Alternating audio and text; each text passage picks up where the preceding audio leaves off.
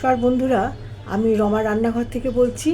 আজকে আপনাদের সামনে একটা সুন্দর মুখরোচক রেসিপি নিয়ে এসে আমি উপস্থিত হচ্ছি। সেটা হচ্ছে চিড়ে ভাজা। এই চিড়ে ভাজা আপনারা সকলেই খেয়েছেন, কিন্তু এটা খুব ঘরে যেহেতু আমি বানাচ্ছি বলে খুব টেস্টি হচ্ছে। প্রথমত আমি এই চিড়ে সাদা পাতলা চিড়ে ঝেড়ে একদম রেখেছি বাটির মধ্যে। এখানে একটু ঝুরি ভাজা আমি রেখেছি এটার সাথে মেশাবো বলে। এখানে বাদাম ভেজে রেখেছি, দুটো শুকনো লঙ্কা ভেজে রেখেছি, আর কারি পাতা ভেজে রেখেছি। তেল ব্যবহার করছি আমি সাদা তেল।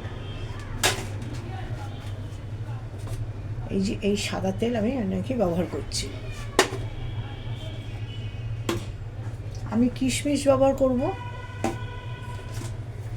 কাজু ব্যবহার করব, বিট নুন,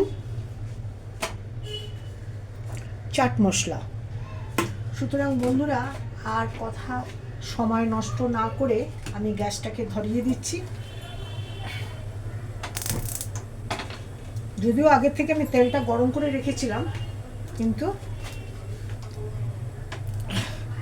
এটাকে ফুল স্পিড দিয়ে আমি এবার চিড়েটাকে ছাড়ব। আমি আরও এক মিনিট চিড়ে এর মধ্যে ছেড়ে দিলাম। গ্যাসটাকে আমি বন্ধ করে দিলাম।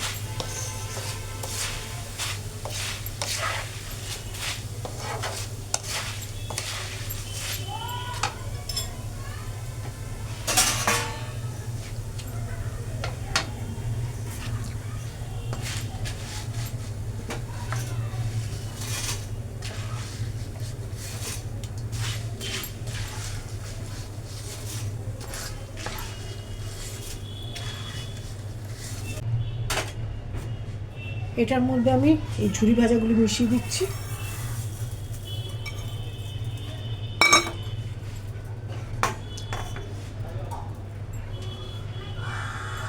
আমি দেবো এই যে কিশমিশ, কাজু,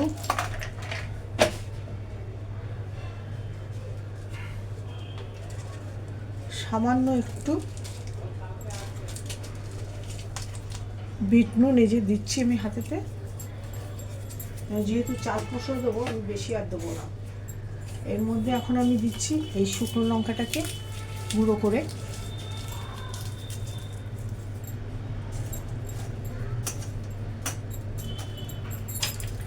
এই যে বাদাম রয়েছে, এই বাদামটা দিচ্ছি, আর আপনার কারি পাতা যেটাকে ভেজে রেখেছিলাম সেটা দিয়ে দিলাম। এর মধ্যে একটু চাট মশলা আমি গুঁড়িয়ে দিয়ে দিচ্ছি।